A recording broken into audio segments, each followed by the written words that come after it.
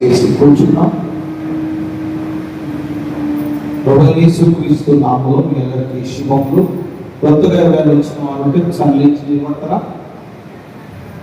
కొత్తగా ఈరోజు వచ్చామండి ఆరాధన తర్వాత లేచి నిలబడండి. చప్పట్లు కొట్టి వాళ్ళ సంఘంలో ఆహ్వానిద్దాం. ఆయనకి చేసి ఆరాధన జరుగుతుంది. రండి, దేవుని రండి, మీకోసం ప్రార్థించడానికి సంఘం ఉందనే విషయాన్ని తెలుసుకొని ప్రభుత్వంలో గొప్ప దీవెనను ప్రభు మీకును మీ కుటుంబానికి ప్రభుగా ఇచ్చేది. దేవుని సన్నిధిలో ఈరోజు ఒక విషయాన్ని మీతోటి ప్రభువు నాకు జ్ఞాపకం చేసిన విషయాన్ని మీతోటి నేను పంచుకోవాలని నేను ఇష్టపడుతున్నాను. పోయినసారి నేను జ్ఞాపకం చేసింది ఎంతమంది గుర్తుందో నాకు తెలియదు. దేవుని సన్నిధిలో మనకి ఒక తాళం చెవి ఉంది. ఆ తాళం చెవిని మనం వాడుకుంటూ ఉన్నాం. అలాగే ఈరోజు ఒక ఆశీర్వాదకరమైన విషయాన్ని సంఘము కొరకు, సంఘమును దేవుడు ఎంత ప్రేమించున్నాడనే విషయాన్ని జ్ఞాపకం చేస్తూ 45వ అధ్యాయము యెషయా గ్రంథకర్త ఒక మాట అన్నాడు. ఒక మాట ఇక్కడ యెషయా గ్రంథకర్త అన్న మాట బట్టి మీకు ఈయన టెర్మినాలజీ ప్రకారం ఈయన వాడినటువంటి పదజాలం బట్టి ఒక మాట సంఘంతో ఒక మాట నేను జ్ఞాపకం చేసుకుంటా. 3వ వచనం 45వ అధ్యాయము యెషయా గ్రంథం 3-4 వచనాలు ఒకసారి చదువుదామా? పేరు పెట్టి నిన్ను పిలిచిన ఇశ్రాయేలు దేవుడైన యెహోవా నేనే అని నీవు తెలుసుకున్నట్లు అంధకార స్థలంలో ఉంచబడిన నిధులను రహస్య స్థలంలో మరుగైన ధనము నీకు ఇచ్చేదను. సంఘముతో ఎందుకు పంచుకోకూడదని చాలా రోజుల నుంచి ప్రార్థన చేస్తున్నాను. సంఘముతో ఈ మాట ఎందుకు నేను పంచుకోకూడదని ప్రార్థన చేస్తున్నాను. సంఘం నిజంగా నేను చెప్తున్నా, ఈ సంఘము ఆశీర్వదించబడిన సంఘం. నేను ప్రాక్టికల్గా ఇక్కడికి వచ్చిన తర్వాత నా వైఖరి, నా పద్ధతి, నా ఆలోచన, నా విధానము, నా పరిస్థితి మొత్తం మారింది. ఎందుకంటే ఆయన నేను అప్పగించుకున్నా. దేవుని సంచారాన్ని నేను ఇక్కడ చూస్తున్నా. దైవం ప్రత్యక్షత నేను చూస్తున్నా. ప్రతి వారము నాకు టైం వచ్చినప్పుడు లేదా నన్ను దేవుడు సిద్ధపరిచి వాడుకునేటప్పుడు నాకు ఎంత దగ్గర మూమెంట్ నేను అనుభవిస్తున్నానంటే నిజంగా నేను ప్రభుని అనుభవిస్తూ నేను ఈ విషయాన్ని జ్ఞాపకం చేస్తున్నా. సొంత మాటలు కాదు ఇవి, నిజంగా నేను జ్ఞాపకం చేస్తున్నా. జాగ్రత్త ఇవి రాసి పెట్టుకోండి. మీ జీవితాల్లో గొప్ప కార్యం ప్రభు చేయడానికి ఆయన సిద్ధపరచాడు. ఎందుకంటే మొన్న కూడా అంటే ఈ విషయాలు చెప్పకపోతే మేము అంటే సంఘం కూడా మీరు 40 రోజులు ఉపవాసం జరిగితే అందరూ గుడిపిల్లు పిలిపించారు. మిమ్మల్ని అందరినీ దేవుడు పిలిపించారు.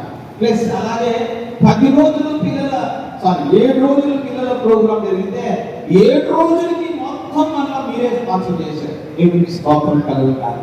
అలాగే పెయింట్ ప్రతిష్ఠిస్తున్నామంటే అన్నిటికంటే ముందు పెయింట్ ప్రతిష్ఠిస్తున్నామంటే మీరే మొత్తం పెట్టుకొని అన్ని మీరే చేశారు.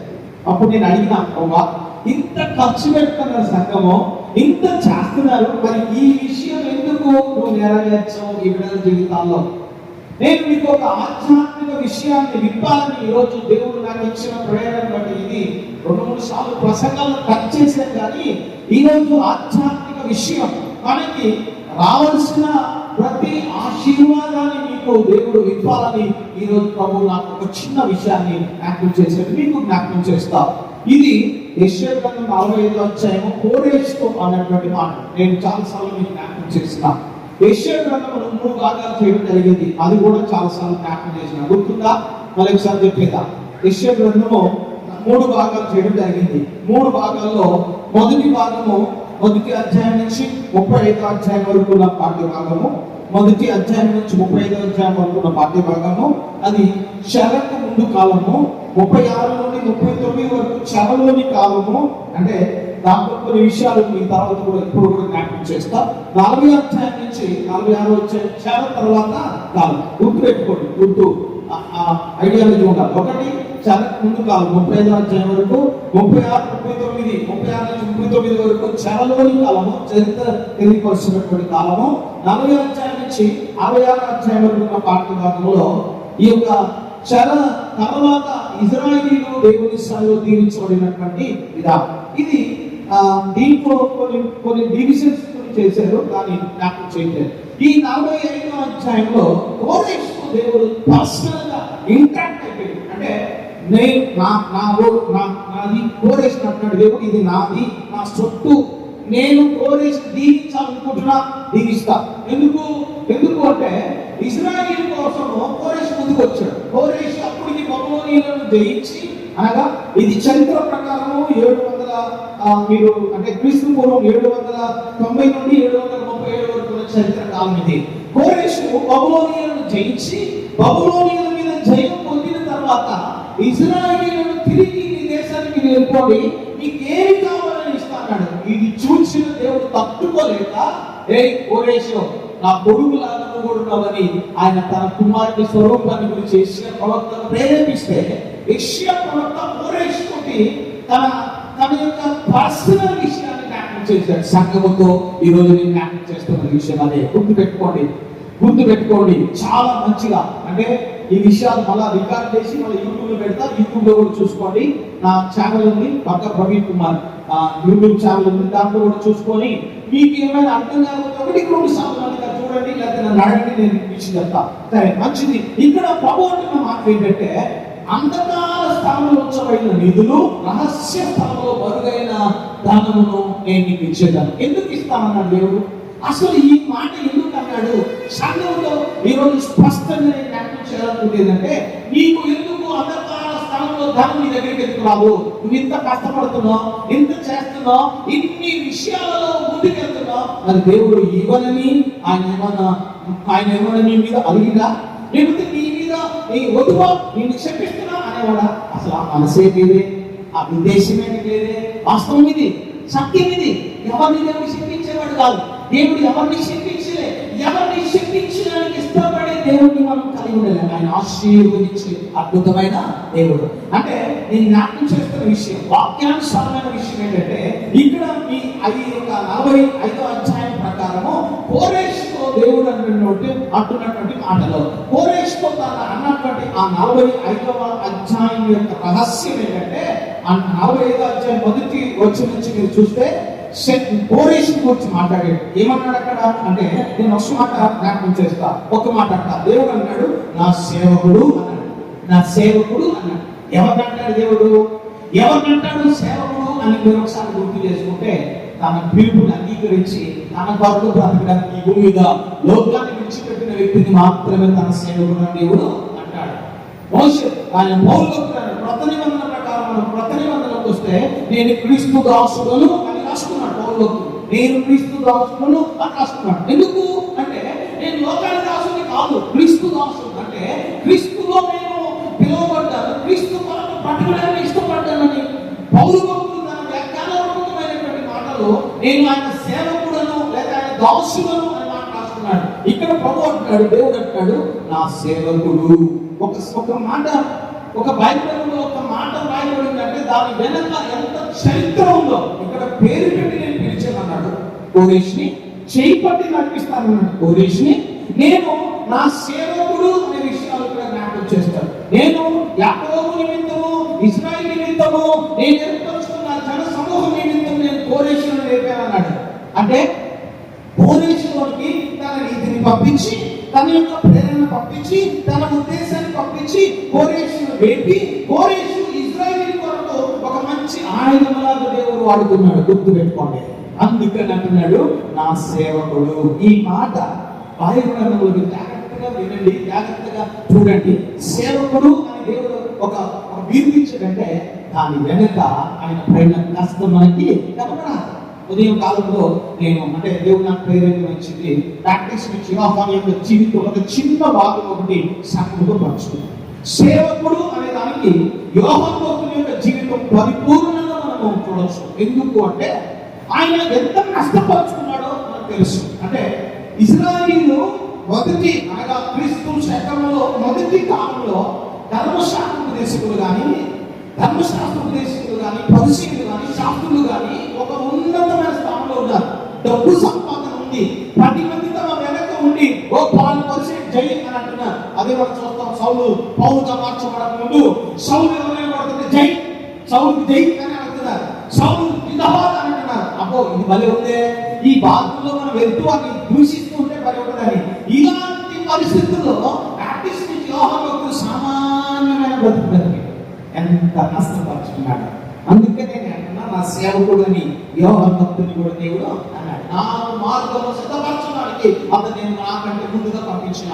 యేసయ్య మామూలుగా ఒక 10 మందికి బాప్టిజం ఇస్తేనే నేను చెప్పుకుంటా, 10 మందికి బాప్టిజం ఇచ్చిన యేసయ్యకి బాప్టిజం ఇచ్చి యోహాను భక్తుడు బాప్టిజం ఇచ్చాడు. నీకు ఎంతమంది చెప్పుకోవాలండి? నీకు ఎంతమంది చెప్పుకోవాలి చెప్పండి ఒకసారి. బాప్టిజము యేసయ్యకి బాప్టిజం ఇచ్చి యోహాను భక్తుడు యేసయ్యకి ఇచ్చాడు. మీకు 3వ అధ్యాయం మత్తయి సువార్త 3వ అధ్యాయం తర్వాత చదువుకోండి. నేను చెప్పలేదు. 3వ అధ్యాయంలో యేసయ్య దగ్గరికి వచ్చాడు. అయ్యా నేను నీ చెంత బాప్టిజం తీసుకోవాలంటే చదవండి ఒకసారి, అంటే నా మాట కాదు, ఒకసారి మీరు ఒకసారి చదివితే ఆ వర్షం మీరు ఒకసారి విన్నారు. ఒకసారి 3వ అధ్యాయము మత్తయి సువార్త 3వ అధ్యాయంలో యేసయ్య దగ్గరికి వచ్చి ఆయన అన్న మాట ఒకసారి యేసయ్య యోహాను గారి దగ్గరికి వచ్చి 12 వచ్చింది చదవండి ఒకసారి. యోహాను చేత బాప్తిస్మము పొందుటకు యేసు గలిలయ నుండి యోర్దాను దగ్గర ఉన్న అతని యొద్దకు వచ్చెను. అందుకు యోహాను, నేను నీ చేత బాప్తిస్మము పొందవలసి ఉండగా నీవు నా యొద్దకు వచ్చుచున్నావా? నివారింపజూచెను గాని యేసు ఇప్పటికి కానిమో నీతి యావత్తు స్తోత్రం, హల్లెలూయా. బాప్టిజం ఇచ్చే యోహాను భక్తుని మనం ఏం చేయాలి? అబ్బో బాప్టిజం ఇచ్చే యోహాను భక్తుడు మరి ఒప్పుకోడండి యేసయ్య బాప్టిజం. కానీ ఆయన అన్నాడు, ఆయన చెప్పులు వాడుకున్నప్పుడు నేను యోగ్యుని. అది సేవకుడి గుణగా. సేవకుడు అని దేవుడు ఎందుకు కోరేషు అన్నాడంటే, కోరేషు నేను వస్తాను మీతో పాటు, మీకు కావాల్సినవి సిద్ధపరిచేస్తాను అన్నట్లే. నేను తాకీదు రాసి పని అయితే రాసి సంతకం పెడతాకో, నేను 10 మంది పంపించినట్టా 10 మంది పంపిస్తాకో, నేను వస్తేనే జరిగిందా అంటే నేను వస్తా, లేకపోతే నేను రాకపోయినా నేను ఎక్కడో ఉండి ఏమి చేసినా నీ పని జరిగిందంటే అన్నిటికీ. నెహెమ్యా గారు కోరేషు దగ్గర పనిచేసినటువంటి వ్యక్తిగా, కోరేషు యొక్క సంపూర్ణతను తెలుసుకున్న వ్యక్తిగా, కోరేషు దేవుని కొరకు ఇశ్రాయేలు కొరకు వాడబడిన వ్యక్తిగా నా సేవకుడు అనే పదాన్ని దేవుడు వాడుకున్నాడు. పేరు పెట్టి పిలిచాడట, పేరు పెట్టి తన యొక్క సేవ కొరకు పిలుచుకున్నాడట, ఇశ్రాయేలు యొక్క విమోచన కొరకు పిలుచుకున్నాడట. అందుకని నా సేవకుడు అన్నాడు. అందుకని ఈ 45వ అధ్యాయంలో మనం చూస్తాం. అంటే ఈ సేవకునికి దేవుడు ఏమంటున్నాడంటే, నీకు అంధకార స్థలంలో ఉంచబడిన నిధులు, రహస్య స్థలంలో మరుగైన దానములు నీకు ఇస్తాను. నేను అంటే మొదటిది సేవకుడు అని ఆయన అన్నాడు. రెండవది నేను జ్ఞాపకం చేస్తున్నాను, జాగ్రత్తగా వినండి. రెండవ విషయాన్ని 8వ వచనం చదువుతారు ఒకసారి. 8వ వచనం 45వ అధ్యాయం 8వ వచనం ఒకసారి చదువుతారు. ఆకాశ మండలము నీటిని కురిపించినట్లు అంతరిక్షమా మహావర్షము వర్షించుము. భూమి నెరలు విడిచి రక్షణ ఫలించినట్లు భూమి నీతిని మొలిపించును గాక. యెహోవానగు నేను దాన్ని కలుగజేసి ఉన్నాను. మట్టి కుండ పెంకులలో ఒక పెంకై ఉండి, మట్టి కుండ పెంకులతో ఒక పెంకై ఉండి, నన్ను సృజించిన వానితో వాదించువానికి శ్రమ. జిగటమును దాన్ని రూపించు వానితో నీవేమి చేయుచున్నావని అనదగునా? నీకు చేతులు లేవని నీవు చేసిన దాన్ని నీతో చెప్పదగునా? నీవు ఏమి కనుచున్నావని తన తండ్రితో చెప్పువానికి శ్రమ. మొదటిది అంటున్నాడు, పెంకు అంట వెళ్ళి సృష్టించిన వాటితో ఎందుకు చేశాను అనుకోదట. సృష్టికర్తను మనం ఏ రోజు ప్రశ్నించకూడదు. నీకు దాచబడిన ధననిధి ఇంటికి రావాలంటే, నీకు రావాల్సిన ప్రతి ఆశీర్వాదం నీకు రావాల్సిందంటే ఎందుకు ఉంచావు ప్రభువా అని ప్రశ్న కూడా వేయకూడదు. ఎందుకు తెలుసా? ఎవరివి? ఆయన సేవకుడివి. నీ సేవకురాలు. సేవకుడు అయిన నీవు సేవలో ఉండి ప్రభు కొరకు బ్రతుకుతూ, నన్ను మొట్టం చేసావయ్యా, నన్ను మొట్టం చేసావయ్యా, నన్ను పనికోవడం చేసావయ్యా ఎందుకంటావు? చాలా మంది అంటారు ఆయన చేత కాదులేండి, ఆయన వల్ల కాదులేండి. అదే ఎక్కడ చూస్తాం? రూతు గ్రంథంలో నయోమి అన్న మాటని నీకు జ్ఞాపకం చేస్తాం. నయోమి అంటది, ఇదిగో నయోమి వల్ల దేవుడు ఈ యొక్క ఇశ్రాయేలుని దర్శించాడని తెలుసుకొని నయోమి తిరిగి ఆ యొక్క దేశానికి వస్తుంటే నయోమి అంటే, నయోమి అనొద్దు, నన్ను మహారానండి. ఎందుకు? నేను కష్టపోయినా. నేను అక్కడ మొదటి అధ్యాయం చూస్తే ఆ యొక్క రూతు గ్రంథం మొదటి అధ్యాయం 221 పేజీ నెంబరు, మొదటి అధ్యాయంలో ఆమె మాట్లాడుతూ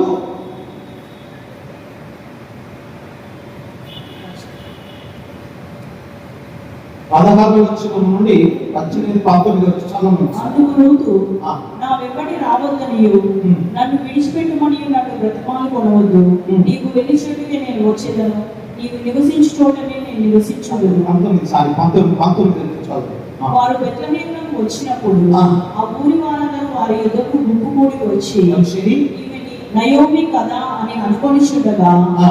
ఆమె సర్వశక్తుడు నాకు చాలా దుఃఖము సర్వశక్తులు నాకు చాలా దుఃఖము కలుగజేసిన కనుక నయోమి అనగా నయోమి అనగా మారానుడి అక్షేత్రండి అని మొదలు మనతో చాలా మంది అంటున్నారు, ఎందుకు చేసేది దేవుడు నన్ను, ఇది చేయకపోతే నీ బ్రతుకు విలువ లేదు. ఏ రోజు దేవుని ప్రశ్నించాం, ఏ రోజు దేవుని సన్నిధికి వచ్చి ఇలాంటి ప్రశ్నలు దేవుని దగ్గర వేయాలి. ప్రేమైన దేవుని బిడ్డారా, సంఘం గుర్తు పెట్టుకో, దేవుడు ఇవ్వవలసిన దీవెనలు నీ మీద రావాలి అంటే దేవుని ప్రశ్నించడం మానుకో, దేవుడి మీద స్వాగడం మానుకో, దేవుడి మీద తిరుగుబాటు చేయడం మానుకో. ఇదే యెషయా ప్రవక్త యొక్క ఉద్దేశం ఏంటంటే, దాచబడిన ధననిధిని కోరేషుకి ఇస్తానన్నాడు, దాచబడిన రహస్యంలో ఉంచబడిన ధననిధిని కోరేషుకి ఇస్తానన్నాడు. ఈ రోజు సంఘంతో దేవుడు మాట్లాడుతున్న మాట, దాచబడిన ధననిధిని రహస్యంలో ఉంచబడిన నిధిని నేను నీకు ఇస్తాను. సృష్టించిన వాడిని నువ్వు దూషిస్తే నీకు ఎక్కడ కనబడుతుంది ఈ ధననిధి, అది నేను జ్ఞాపకం చేస్తాను. సృష్టించిన వాడితో ప్రశ్న వేయడానికి నీకు ఎక్కడ దమ్ముంది, నన్ను ఎందుకు చేసేది ఇలాగా, నన్ను ఎందుకు చేసావు. నేను ఎప్పుడు కూడా ఇతరులతో నేను కంపేర్ చేసుకోను. ఉన్న పరిస్థితిని బట్టి ప్రభువా నీకు వందనాలు అంట. ప్రభువా నాకంటే వాళ్ళు గొప్ప ఉన్నారు, వీళ్ళు కంటే గొప్ప ఉన్నారు, నేను ఎప్పుడు ఇతరులతో కంపేర్ చేసుకోను. ఉన్నదాన్ని చూసుకొని నీకు వందనాలు అడిగా అంట. నేను ఎవరికైనా ఇదేమని చెప్తా, నా ఇంట్లో నా పిల్లలకైనా నా కుటుంబంలో అయినా ఎవరికైనా రక్త సంబంధికులు కూడా ఒకటి చెప్తా, ఇతరులతో మీరు కంపేర్ చేసుకోవద్దు, ఇతరులతో మీరు చూసుకోవద్దు.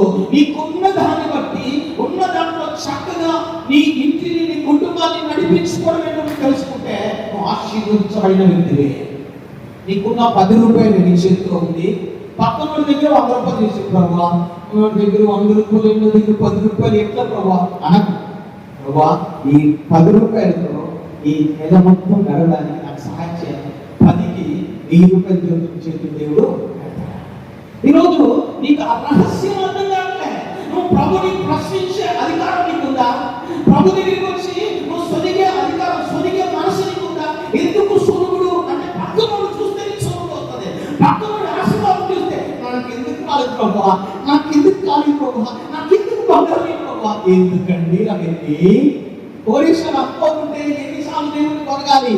అది తెలుసుకున్న యెషయా ప్రవక్త తన వర్షంలో జ్ఞాపకం చేస్తున్నాడు, పెంకు అంటే సృష్టించిన సృష్టికర్తను ప్రశ్నిస్తే శ్రమ. నిన్ను దేవుడు ఉంచినందుకు, దేవుడు నిన్ను బ్రతికించినందుకు, ఈ రోజు నీవు ఇలాగ ఉన్నందుకు ప్రభుని స్తుతించడం తప్ప నువ్వు దేవుని ప్రశ్నించావనుకో నువ్వు వాడుకోవలసినవి కూడా నీకు కనపడదు. వాస్తవం చెప్తున్నా, సత్యం చెప్తున్నా. ఒక చిన్న సంఘటన మీకు నేను జ్ఞాపకం చేస్తాను. చిన్న సంఘటన. మొదటిసారి మోషే భక్తులకు మోషే గారికి ఒక మాట దేవుడు చెప్పాడు. నిర్గమకాండం 17వ అధ్యాయంలో 6వ వచనంలో బండను వెళ్ళి పక్కమన్నాడు. సర్వ సమాజం ఎదుటి వెళ్ళి పక్కమంటే కొట్టాడు. రెండోసారి సంఖ్యాకాండం 20వ అధ్యాయంలో 10వ వచనంలో బండతో మాట్లాడాడు. మొదటిసారి మాత్రమే కొట్టాలి. పాపం ఆయన పొరపాటై అక్కడ ఏమన్నాడంటే ద్రోహులారా అని తిట్టి, ఎవరిని తిట్టిండు చెప్పాలి, ఎవరు తిట్టిండు? ఇజ్రాయిల్ తిట్టి ద్రోహులారా అని తిట్టిండు. చూడండి ఒకసారి సంఖ్యాకాండం 20వ అధ్యాయము 10-11 వచనాల్లో ద్రోహులారా అని తిట్టి వెళ్ళి ఆ కర్రను తీసుకుని వెళ్ళి కొట్టిండు. దేని కొట్టిండు? బండను కొట్టిండు. మాట్లాడనంటే రెండోసారి కొట్టాడు. దేవునికి చాలా బాధేసి. ప్రియమైన దేవుని బిడ్డారా, మొదటిసారి కొట్టడం ఓకే, మొదటిసారి ఆయన బండను కొడితే ఓకే, రెండోసారి వెళ్ళి అదే పని చేస్తే దేవుడు అంటున్నాడు, నన్ను అక్కడ మీరు చదవండి ఆ మాట ఎంత 12వ వచనం. అప్పుడు యెహోవా మోషే అహరోనులతో మీరు ఇశ్రాయేలీయుల కన్నుల ఎదుట నా పరిశుద్ధతను సన్మానించినట్లు నమ్మకపోతిరి కనుక ఈ సమాజమును నేను వారికి ఇచ్చిన దేశంలోనికి మీరు తోడుకొని పోరని చెప్పాను. దేవుడు అన్నాడు ప్రభుని సన్మానించడం ఏంటంటే ఆయన కూర్చోబెట్టి దండలేయడం కాదు, ఆయన కూర్చోబెట్టి సావకపోవడం. ప్రభువా ఉన్న స్థితిని బట్టి నీకు వందనాలు, చెప్పిన మాట వింటే అదే సన్మానం. తల్లిదండ్రులు అంటారు, నా మాట వినలేదండి, ఈ పిల్లలు నా మాట వినలేదండి, వద్దన్నారండి చేసిందండి, వద్దన్నారండి చేసేదండి, వద్దన్నారండి వాళ్ళు చేశారండి. మాట వినకపోవడం కూడా ఒక దేవుడు అంటాడు, నా మాట వినలేదు. సమాజం ఎదుట సమాజం వారు కొడదామని పైకి వస్తే వారిని ద్రోహులని తిరిగి వెళ్ళి రెండోసారి కొట్టిండు. అందుకు దేవుడు అన్నాడు, నువ్వు కనానులో ప్రవేశించకుండా ఉండవు కాక. నేను అన్నది కాదు. మీరు అనొచ్చు మరి పాస్టర్ గారు కొత్త నిబంధన కదా, శిక్ష లేదు కదా అనొచ్చు. వాస్తవమే, నేను కూడా దానికి ఏకీభవిస్తా. కానీ పెరుగులోని ప్రకారము, చట్ట ప్రకారము నువ్వు సృష్టికర్తను దూషిస్తే నీకు ఎక్కడ కనబడుతుంది? అది నేను చెప్పింది. అర్థమవుతుందా? చివరి వరకు వినపడుతుందా? దేవుని సన్నిధిలో నువ్వు దేవుని దగ్గరికి వచ్చి నన్ను ఎందుకు ఇలా చేసి ఎందుకు ప్రశ్నిస్తున్నావు, ఎందుకు సొనుగుతున్నావు? వీళ్ళు సొనిగారు, వాళ్ళు సొనిగి దేవుని సన్నిధిలో సంపూర్ణతను పొందుకోలేకపోయారు. అందుకనే యెషయా ప్రవక్త అన్నాడు, తయారు చేసిన పిలుకట్ట సృష్టికర్తను చూసి, తయారు చేసిన వ్యక్తిని చూసి నేను అనేది ఏంటంటే, బంగారాన్ని దేవుడు అంటే ఒక బొలిమిలో వేస్తాడు, కాలుస్తాడు, దాన్ని తీసుకెళ్ళి కొడతాడు, దాన్ని మళ్ళీ తీసుకెళ్ళి ఎక్కడో ఒక రెండు చక్రాల మధ్య పెట్టి దాన్ని ఏదో చేస్తా ఉంటాడు. అది నలిగి మళ్ళా కాల్చి మళ్ళా నలిగి మళ్ళా కొట్టి దానికి ఒక రూపం వచ్చే వరకు కొడతానే ఉంటాడు. ఎందుకు కొడుతున్నా ప్రభావం? నాకు ఈ విమానం కొట్టించుకో. ఎందుకు తెలుసా? నీకు ఒక రూపము కలిగించడానికి, నీకు ఒక రూపం రావడానికి, నీకు ఒక స్వరూపము తీసుకోవడానికి, క్రీస్తు స్వరూపంలో తెలుసుకోవడానికి వాక్యము చేత నిన్ను గర్వించినప్పుడు, వాక్యము చేత నిన్ను దేవుడు అనగొట్టినప్పుడు, వాక్యము చేత నీ జీవితాన్ని దేవుని చేతిలో తీసుకున్నప్పుడు నీ కొరకు కొత్త సృష్టి దేవుడు అక్కడ గుర్తుపెట్టుకో. కోరేష్ కొరకు కొత్త సృష్టి చేసే దేవుడు. కోరేష్ అన్యుడు రాజు కొరకు కొత్త సృష్టి దేవుడు చేశాడు. అంధకార స్థలంలో అన్యుడు తీసుకొచ్చి కోరేష్ దగ్గర తీసుకొచ్చి ధారించారంట. అయ్యా, నేను సొలొమోను కొడుకుని కాలంలో ఇచ్చాను, కానీ ఈ కాలంలో కూడా నీ పేరు నేను డబ్బులు ఇస్తున్నాను. ఆయన బాల దగ్గర తీసుకొచ్చి ధరేశారు. కారణం ఏంటంటే కోరేష్కి దైవికమైన భయం ఉంది. దైవికమైన భయము ఎప్పుడు సొనుగుడుకు తీసుకుని వెళ్తాం.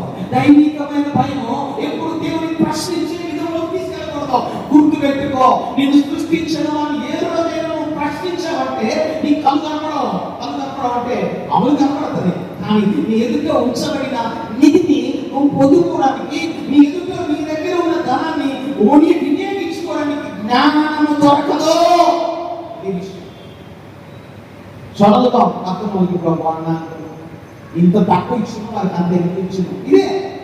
అదే నీవు దేవునితో సహవాసం చేసి ప్రభు ఉన్నదాన్ని ఎలా వాడుకో, నా జ్ఞానం దయచి ప్రభు, బుద్ధి లేదు అని అడిగితే ఆ బుద్ధి తీసి ప్రభువుతో కలిసి నడవడానికి ప్రభువుని సహాయము చేస్తాడు.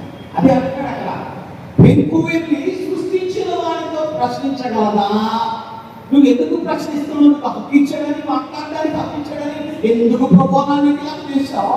నువ్వు నన్ను ఎందుకు ప్రభావితం చేశావు? నువ్వు నన్ను ఎందుకు ప్రభావితం తక్కువ చేశావు? ఒకవేళ నీలో దేవుడు ఏ విధమైన మహిమను పొందుకోవడానికి ఇష్టపడ్డాడు, ఎదురు చూడు ప్రభు దగ్గర. కనిపెట్టు ప్రభు దగ్గర. ప్రభుని ఇవ్వాల్సింది ఖచ్చితంగా నీ పాదము వద్దు, నీ పాదము వచ్చు, కానీ నిన్ను ఖచ్చితంగా నిన్ను ఒక రూపం తీసుకోవచ్చు. అప్పటి వరకు నువ్వు సైలెంట్ ఉంటే కణంలో పరలోకం ఈ భూమి ఉన్నప్పుడు నేను చూపిస్తారా? నువ్వు బంగారు మీద నడిచడానికి దేవుడు చేస్తాడు. బంగారం మీద ఎదుర్కొచ్చినాను వాడుకో అని చెప్పాలి. అది క్రైస్తవుని యొక్క జీవితం. నువ్వు వెళ్ళి బంగారం కొనుక్కోవడం, లేక బంగారం కొరకు పరిగెత్తడం, బంగారం నాకు ఏదైనా దిగుబడి నువ్వు కలిగిన కాదు. నీ దగ్గర నుంచి బంగారం నువ్వు వాడుకోయా. నీ చేతిలో ఉంటే, నీ నెలలో ఉంటే, లేదా నువ్వు నీ పాదముల మీద ఉంటే నువ్వు సృష్టికర్తవు, దేవుని కుమారుడు అని నేను గుర్తించిన పరిస్థితుల్లో దేవునికి స్తోత్రం కలుగుగాక. సంగమా, గుర్తుపెట్టుకో, ప్రశ్నించడం మానుకో. దేవుని మీద స్వనడం మానుకో. ఎందుకు తెలుసా?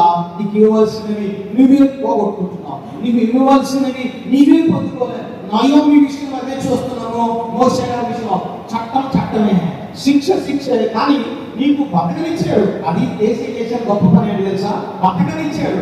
ఒకవేళ ధర్మశాస్త్ర ప్రకారం కానీ నీవు నేను ఈరోజు ఉంటే యేసే గాని మన కోసం పట్టబడకపోతే నువ్వు నేను అనే మాటలకు ఏ రోజు సిలువేసేసేవాడు. నేను ఎప్పుడప్పుడు అంట సిలువేస్తారా?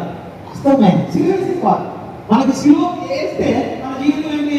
ప్రభువు ఇందుకన్నా పిలిచింది, ఇందుకన్నా సిలువ ఉండక ఇన్ని గంటలు నేను ఎండలో ఉండాలా, ఇన్ని మాటలు నా వల్ల కాదు, మంచోడే కాదు, నేను వదిలిపెడతాను నేను అంట. మనం అన్నమాట కానీ ఏసే మాట అనట్లే. ఏసైనా తండ్రికి లోబడి తండ్రికి ఏం చేయించినారు కనుక విని ఎందుకు చేసేవాళ్ళు అడగలేదు, సొనగలే. ఒక్క మాట అది ఏసై దగ్గర ఉన్న గొప్ప విషయం. క్రైస్తవుని లెక్కలో నీవు దేవునికి లొంగితే నీకు అవసరమైన ప్రతిదీ నీ పాదములకు వచ్చి పడతాయి. నా గుర్తు పెట్టుకో, సగమా నేను విప్పుతుందా గుర్తు పెట్టుకో. దేవుని ప్రశ్నించవాక, దేవుని మీద గోడలు కాక, దేవుని మీద స్నానం కాక, దేవుని మీద తిరుగుబాటు చేయవాక వద్దో. అది మంచిది కాదు. మన దేవుని సృష్టికర్త మనల్ని ఎలాగో సృష్టించాడో ఆయనకి మాత్రమే తెలుసు. నిన్ను ఎక్కడ వాడుకోవాలో ఆయనకి మాత్రమే తెలుసు. ఎక్కడ నేను హెచ్చించాలో ఆయనకి మాత్రమే తెలుసు. ఎక్కడ నేను వాడుకోవాలో ఆయనకి మాత్రమే తెలుసు. ఎక్కడ నేను జీవితాన్ని ఆశ్రయించాలో ఆయన లెక్కలో ఉన్నాయి. ఆయన లెక్కలో నుంచి నువ్వు తప్పిపోయావంటే నువ్వు నోటి మాటతో నువ్వు పోగొట్టుకుంటున్నావు. నోటి మాటతో దేవుని ప్రశ్నించడం ద్వారా, దేవుని సమయడం ద్వారా, దేవుని దగ్గర ప్రశ్నించి సొనిగి గోలగడం ద్వారా నీ ఆశీర్వాదాన్ని నువ్వు కోల్పోతున్నావు. అందుకని యెషయా ప్రవక్త అన్నాడు, అయ్యలారా దాచబడిన ధననిధిని, రహస్యమైన ధననిధిని నువ్వు వాడుకోవాలి అంటే నిన్ను సృష్టించిన దేవుని దగ్గరికి వచ్చి నువ్వు ఏ రోజు ప్రశ్నించవద్దు. ప్రియమైన దేవుని సంగమా, దేవుని దగ్గర ప్రశ్నించవాలి. నా బాధ ఏంటంటే ఏ రోజు దేవుని దగ్గర అనగాక, నన్ను ఎందుకు ఇలా చేసే ప్రభు అని కూడా అనగాక.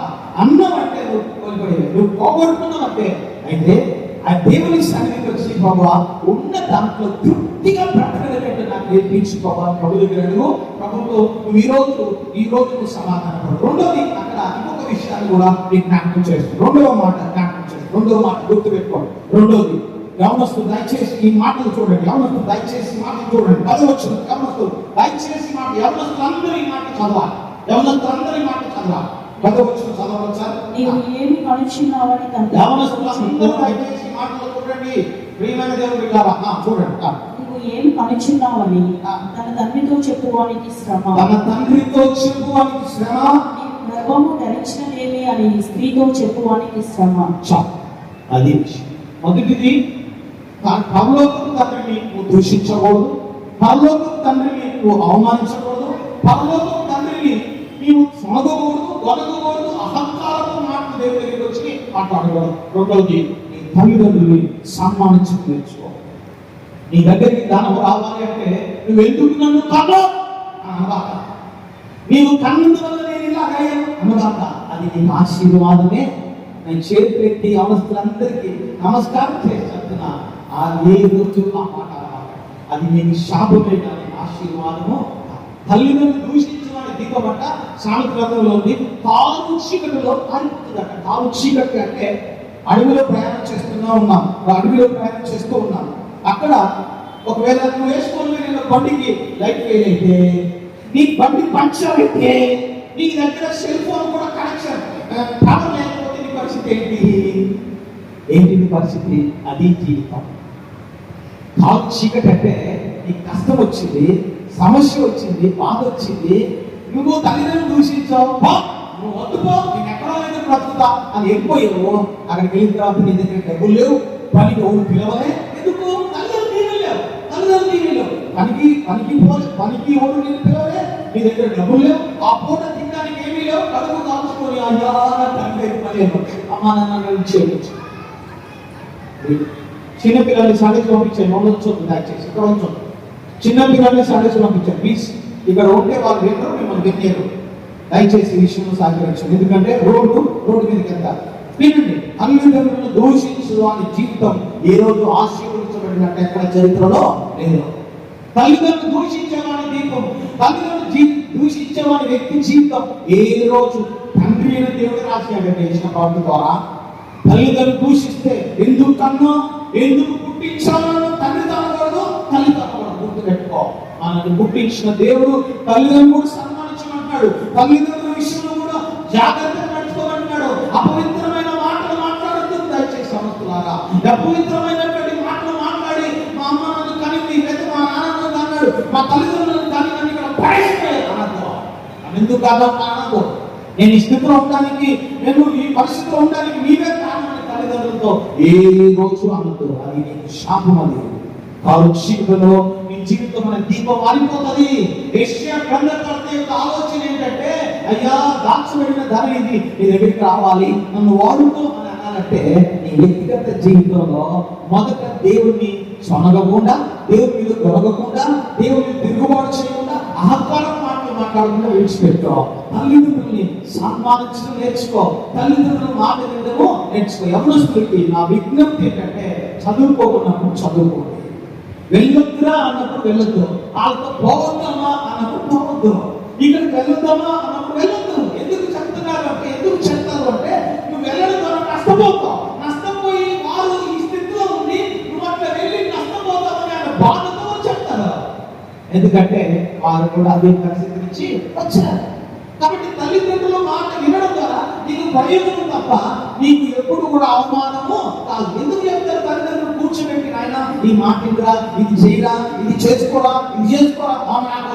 నాకు తెలుసులే, నువ్వు చెప్పేది ఇది నాకు అన్ని తెలుసులే. ఇప్పుడు ఇంటర్నెట్ వచ్చింది కానీ చేతిలో మొత్తం ఫోన్లో మొత్తం ఉన్నాయి, నాకు అన్ని తెలుసు. మీరు ఖచ్చితంగా చాట్‌జీపీటీగా ఎవరైనా నా తల్లిదండ్రులు చూసించారంటే నీ దీపం ఆగుతుందని చెప్పింది. అది కూడా వాస్తవం చెప్తున్నా. వాక్యం గుర్తుపెట్టుకో.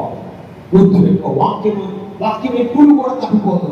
వాక్యమే నెరవేరుస్తుంది.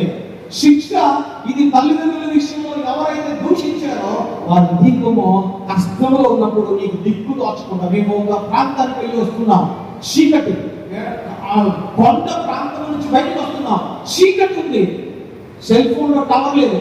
అప్పుడు భయం వేసిందండి. ఇప్పుడు కానీ అంటే కార్ బయట ఆగిపోయి, కార్ ఆగిపోతే, ఏదైనా పంచర్ అయితే మా పరిస్థితి ఏంటి? అదే నేను గుర్తు చేస్తున్నాను. అదే కాన్సెప్ట్లో ఆగిపోవాలంటే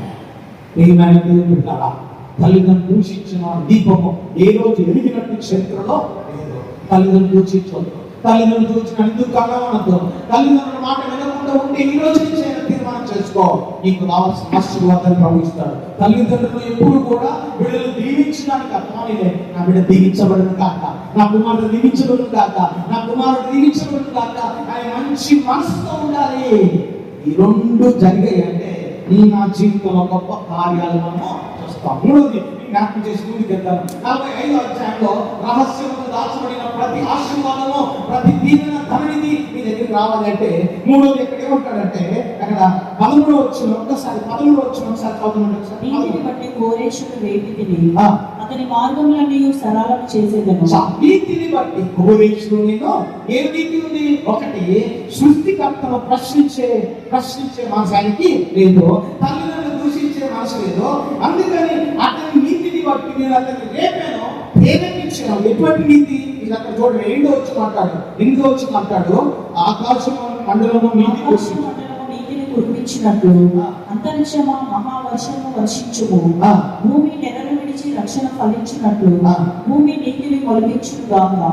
యెహోవానగు నేను దాన్ని కలుగజేసి ఉన్నాను. అంటే ఈ రెండు నీతిని దేవుడు చూచి, ఈ రెండు పరిస్థితులు చూచి, నీ మీదికి సృష్టికర్త దేవుడు నీ మీదికి ఆ నీతిని పంపించినప్పుడు నీ దగ్గరికి ఆ నీతిని బట్టి నీ దగ్గరికి అనేకమైన వస్తువులు వచ్చాయి. నన్ను వాడుకో, ఎందుకంటే నీ దగ్గర బాగోక నీతి కనబడుతుంది. దేవుడికి స్తోత్రం కలుగుగాక. సంగమా గుర్తు పెట్టుకో, ఆ నీతి లోపల నిలబడితే, ఈ నీతి క్రియలు నీలో ఉంటే, దేవుడిని ప్రశ్నించకుండా, తల్లిదండ్రులు దూషించకుండా, తల్లిదండ్రులు ఎప్పుడు కూడా అపహాస్యం చేయకుండా, కానాను అనే వ్యక్తి మీకు తెలుసు, మీకు ఆది కాలంలో ఉంది. కానాను నోవహు ఆయన ద్రాక్ష రసము తాగి ఆయన వస్త్రం లేని వాడే పడి ఉంటే బయటకు వచ్చి అపహాస్యం మాట్లాడిండు. అతని సంతతి వారందరినీ తండ్రి చెప్పించాడు. అతని సంతతి వారందరినీ కనాను లేకుండా చేసి, దేవుడు లేకుండా చేసి, కనాను కోరేసి ఇజ్రాయెల్ దేశాన్ని ఇచ్చాడు. కనానీయులందరూ కూడా, అంటే ఆ జాతులు కొన్ని 9 జాతులు ఉన్నాయి. బుధవారం సంఘరాగంలో అవే జ్ఞాపకం చేస్తున్నా. ఎవరు రావట్లేదు, ఏం చేయాలో అర్థం కావట్లేదు. నీకు అందరికి వందనాలు. సరే, సంఘంగా హాలిడేస్ అయిపోయింది. నెక్స్ట్ మంత్ నుంచి అన్న 2 బుధవారం మీకు నేర్పిస్తారండి. ఇంతమంది కాదు, కొంచెం మంది వచ్చినా నేను సిద్ధపడినాను. ఒక 10 మంది వచ్చిన వదిలిపెట్టండి, నేను స్పీడ్ వేసాను చెప్తున్నా. ఒక కనీసం ఒక 10 మంది అయినా వచ్చినా మీకు ఏదైనా నేర్పిస్తా. నేను ఉన్నది నేను నేర్పించినా మీరు నేర్చుకోండి, నాకు కూడా కొత్త సబ్జెక్ట్ వస్తుంది. అందుకని మీకు అందరికి చెప్తున్నా. అంటే ఈ కనానీయుల యొక్క 9 జాతులు అక్కడ ఉన్నాయి. ఆ 9 జాతుల విషయంలో దేవుడు అలా ఎన్ని వద్దు ఇజ్రాయెల్ తీసుకొచ్చి స్తోత్రం కలుగు కాక. 9 జాతులను పక్కన పెట్టి 5 మంది ఉన్నారు. 5 మందిని మనం అంటే రికార్డ్ పాటగా మనం చూస్తాం. 9 జాతులు అక్కడ ఉన్నాయంట. 9 జాతులు మనం లెక్కేసి నేను కౌంట్ చేస్తే 9 జాతులను లెక్క చెప్పించారు కొంతమంది పండితులు. ఒక పుస్తకం కూడా దాని మీద రాశారు. 9 జాతులు అంట. 9 జాతుల్లో 5 జాతులు మాత్రమే లోపల ఉన్నవారు. అంటే కనాను లోపల ఉన్నటువంటి ఆ యొక్క సరౌండింగ్ లో ఉన్న పాలస్తీనా దేశంలో ఉన్న సరౌండింగ్ లో ఉన్న లోపల ఉన్నటువంటి వారు, ఆ లోపల ఉన్న వారిని లోపల పడేసి ఇజ్రాయెల్ దేశం ఇచ్చారు. అలాగా నీకు కూడా అదే దేశాన్ని ఇస్తాడు. నువ్వు అడుగుపెట్టిన దేశము నీవు ప్రతి ఆలోచన ప్రకారం అడుగుపెట్టి నేతిలో అడుగుపెట్టినట్టు నేతిలో అడుగుపెట్టినట్టు గుర్తుపెట్టుకో. సృష్టికర్త అయిన దేవుడు నీ కోసం సృష్టిస్తాడు. కొత్త సృష్టి, కొత్తది నీ కోసం దేవుడు చేస్తాడు. నీ లోపల నీతి ఉంటే ఖచ్చితంగా అక్కడ ఇంకొక మాట కూడా అంటాడు. యెషయా ప్రవక్త ఇంకొక మాట కూడా అంటాడు. ఒకసారి నేను చూస్తా. యెషయా ప్రవక్త ఇంకొక మాట కూడా అంటాడు. 45వ అధ్యాయంలో మీరు చూస్తే 45వ అధ్యాయంలో యెషయా ప్రవక్త ఇంకొక మాట కూడా అంటాడు. 15-16 వచ్చిన చదువు ఒకసారి. ఇశ్రాయేలు దేవా రక్షక, నిశ్చయంగా నిన్ను మరుగుపరుచుకొని దేవుడవై ఉన్నావు. విగ్రహమును చేయవారు సిగ్గుపడిన వారేది, వారందరూ విస్మయం పొంది ఉన్నారు. ఒకడును మిగిలకుండా అందరూ కలవరపడుదురు. యెహోవా వలన ఇశ్రాయేలు నిత్యమైన రక్షణ పొంది ఉన్నారు. మీరు ఎన్నటికీ సిగ్గుపడలేవు, సిగ్గుపడే విషయాలు నీ జీవితంలో నేను తల దించుకునే పని, నేను తల ఎత్తుకొని తలలాగా మిమ్మల్ని చూసిన వాళ్ళందరూ తలలాగా చేసి దేవుని యొక్క ఉద్దేశం ఏంటో తెలుసా? సగమా క్రొత్త నిబంధన ప్రకారం యేసయ్య నేను తలగా తీసుకెళ్ళి పెట్టాలనుకున్నాడు. నేను బంగారంగా చేయాలనుకున్నాడు. నేను కొడుతున్నప్పుడల్లా, నేను సరి చేస్తున్నప్పుడల్లా నువ్వు లొంగిపో, నువ్వు అప్పగించుకో. ప్రభా ఎంత కోటాలు కొట్టాయా, ఏం కష్టాలు చేయకూడవా, నీ కొరకు నేను అప్పగించుకుంటున్నా, నీ దాసుడిగా నేను ప్రకటిస్తానయ్యా. ఎందుకు వర్తమానం కాక కొట్టే దేవుడి దగ్గరికి వచ్చి ప్రశ్నించవాక, కొట్టే దేవుడి దగ్గర సరి చేసి దేవుడి దగ్గరికి వచ్చి ప్రశ్నించవాక, కన్నీరు ఖర్చు ప్రభు దగ్గర అడుగు. కన్నీరు ఖర్చు ప్రభుతో నువ్వు సమాధానపడు. కన్నీరు ఖర్చు దేవుని పాద సన్నిధిలో నీ జీవితాన్ని సమర్పించుకో. అందుకనే వెయిటావు కట్టించింది. వెయిటావు ఎందుకు కట్టించారు? ఏదో ఆదివారం రోజు సోపరమైన ఆత్మ ప్రభావం గంట సేపు ఉంటా, మిగతా గంటలనే లోకంలో తెలియదు. రోజుకో గంట సేపు వచ్చి పెట్టారు ప్రభు కోసం. రోజు గంట సేపు దేవుడు రాయమంటే రాదు, ఎవరైనా రమ్మంటే రాదు. అలా సరితమ్మా అన్నట్టు కృష్ణాపురమ్మ గారు వాళ్ళిద్దరు వస్తున్నారు. వాళ్ళిద్దరికి వాళ్ళకి ఎవరికి లేదా?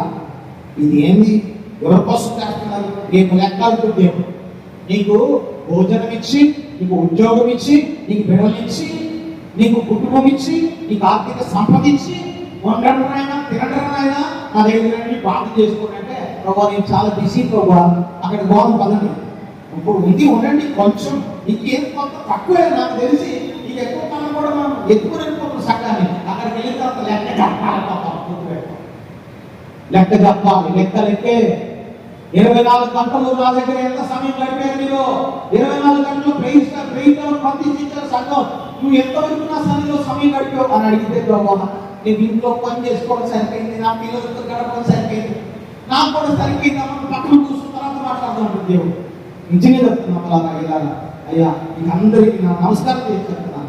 దయచేసి వెయిట్ చేయకండి, సమయం గడపండి ప్రభు దగ్గర. మీకున్న సమయాన్ని వచ్చి గడిపి, మీకు తెలుసు చిత్రాన్ని దాచుకొని 7 గంటల నుంచి 7:30 దాకా వచ్చి, కొన్నిసార్లు నాకు ఏదైనా లేట్ అయితే, ఏదైనా ప్రోగ్రామ్ లేట్ అయితే 7:30 ప్రార్థన చేసుకుని వెళ్ళిపోతుంది. ఎస్ఆర్కే చౌదరి గారు తర్వాత ప్రార్థన చేసుకున్నారు సార్. ప్రార్థన జరుగుతున్నాయి, కొంతవరకు ప్రార్థన జరుగుతున్నాయి, కానీ ఉన్నవాళ్ళు ఎందుకు రావట్లేదు? అదే బాగుంది. అది ఎందుకు అంటే అందరి కోసం ప్రార్థించడానికి పెట్టినటువంటి పేరు కావాలి. అందరి కోసం విజ్ఞాపన చేయడానికి అక్కడ చాలా ప్రదరిస్తుంది. అది చూసి లేకపోతే ఆ దాన్ని చేయబెట్టి ప్రభావ ఈ విజ్ఞాపనను విను ప్రభావం చాలు. ఎందుకు తెలుసా? నీకు కూడా దీవులు వస్తాయి. దేవుని సన్నిధిలో నువ్వు సమయం గడిపితే నిన్ను దేవుడు తలగా చేస్తాడు, కానీ తోటగా నిన్ను దేవుడు చేయడు. నేను తలగా నియమించిన దేవుడు, నేను తలగా చేసుకున్న దేవుడు నీ ద్వారా తన మహిమను ఈ భూమి మీద ప్రచురించుకోవడానికి ఇష్టపడుతున్నాడు. యెషయా గ్రంథము 45వ అధ్యాయంలో మీరు చూడండి, భూమి మీద నివాసులారా నా వైపు చూసి రక్షణ పొంది నేను దేవుడు మరి ఏ దేవుడును ఏముందంట 22వ వచనం 22-23 వచనం చదవండి ఒకసారి, చూడండి ఒకసారి అందరూ. భూదిగంతంలో నివాసులారా నా వైపు చూసి రక్షణ పొందుడి. దేవుడు నేనే, మరి ఏ దేవుడును లేడు. నా ఎదుట ప్రతి మోకాలు వంగననియు ప్రతి నాలుక నాతో ప్రమాణం చేయననియు నేను నా పేరిట ప్రమాణం చేసి ఉన్నాను. నా నోటి మాట బయలుదేరినది, అది వ్యర్థము కానేరదు. సంగమా గుర్తుపెట్టుకో, ఆయన నీతిని నువ్వు చేయాలనుకుంటున్నాడు. నువ్వు ఆయనకి నువ్వేమో అప్పగించుకుంటే నీకు ఆశీర్వాదం. నిన్ను నువ్వు దేవుడికి అప్పగించుకుంటే నీకు దీవెన. ప్రభా నన్ను ఎందుకు ఇలా చేశారు అనకు. తల్లిదండ్రులు చూసి నన్ను ఎందుకు కన్నా అనకు. ప్రభా నీ కర్తలు బతికితా, నీ నీతి నా మీదకి వచ్చినప్పుడు నా దుర్నీతిని, నా దుష్ట స్వభావాన్ని పాపాన్ని విడిచిపెట్టి నీ కొరకు బ్రతుకుతానయ్యా. అయ్యా నీ బిడ్డగా ఈ భూమి మీద బ్రతుకుతూ నీ కొరకు సాక్షిగా ప్రార్థన చేస్తూ అనేకులు కొరకు విజ్ఞాపన చేయడానికి నన్ను నా హృదయాన్ని ప్రేరేపించు. అందరూ లేచి ప్రభు దగ్గర ఒక క్షణం ఒక తీర్మానం చేసుకున్న ప్రభుత్వం, ప్రభువా నీకు విరోధమైన ప్రతిదీ నేను విడిచిపెట్టి నీతో నేను సమాధాన పడతానయ్యా. నీకు విరోధమైన ప్రతి విషయంలో నీకు ఆయాసకరమైన ప్రతిదీ విడిచిపెడతానయ్యా. ఒక్కసారి జ్ఞాపకం చేసుకుంటున్నా, ఒక్కసారి జ్ఞాపకం చేసుకో. నన్ను నీవు దర్శిస్తే నేను దీవించబడతా. మోకరించగలిగిన దయచేసి మోకరించు. మీ మీద ఉన్న శాపములు, మీ మీద ఉన్న బలహీనతలు, మీ మీద ఉన్న అపవిత్రతలు, మీ మీద ఉన్న ప్రతి శాపగ్రస్తమైన ప్రతి కార్యములు యేసు నామములో తొలగిపోను గాక. Thank you daddy.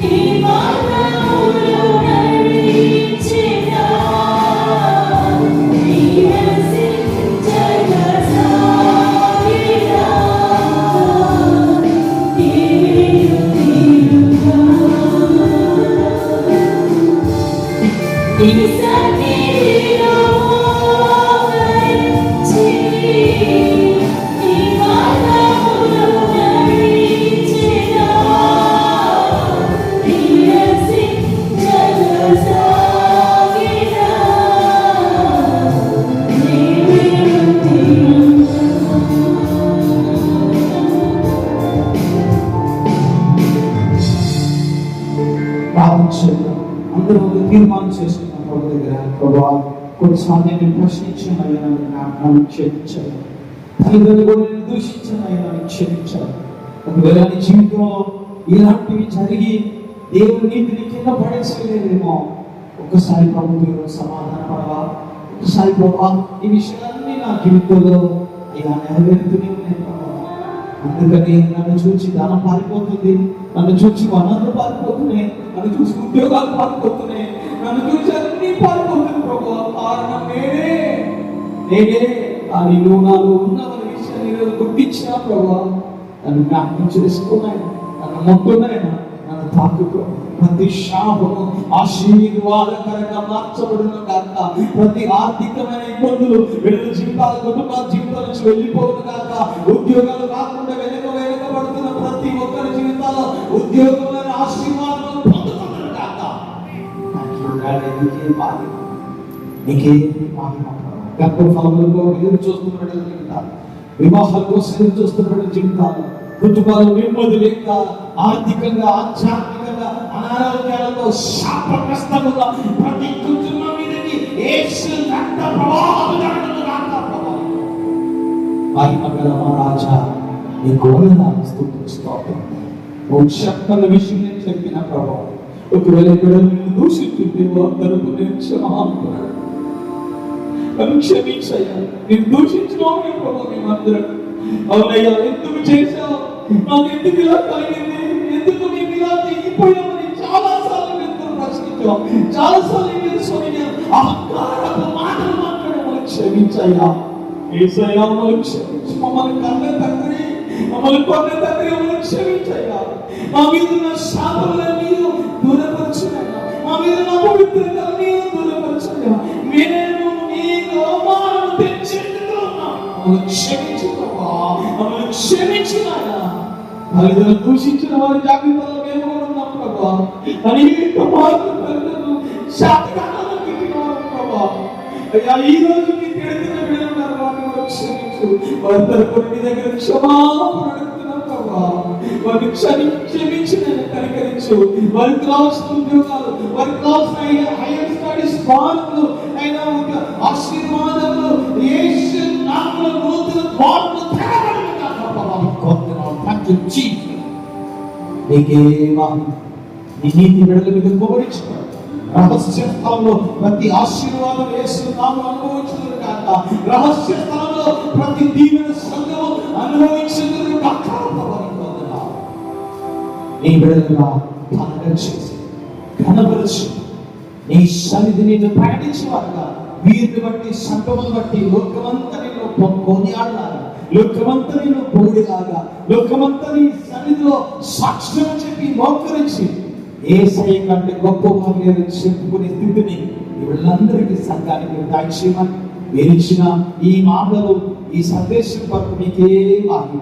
యేసు నామమునకే మహిమ, ఘనత, ప్రభావం చేస్తాం.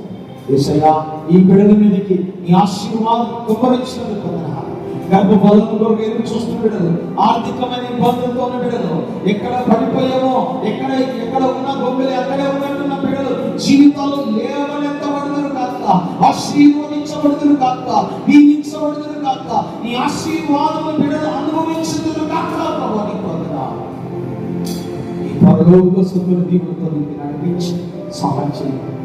నీకే స్తుతులు, నీకే మహిమ. సంఘం నీది నాయన.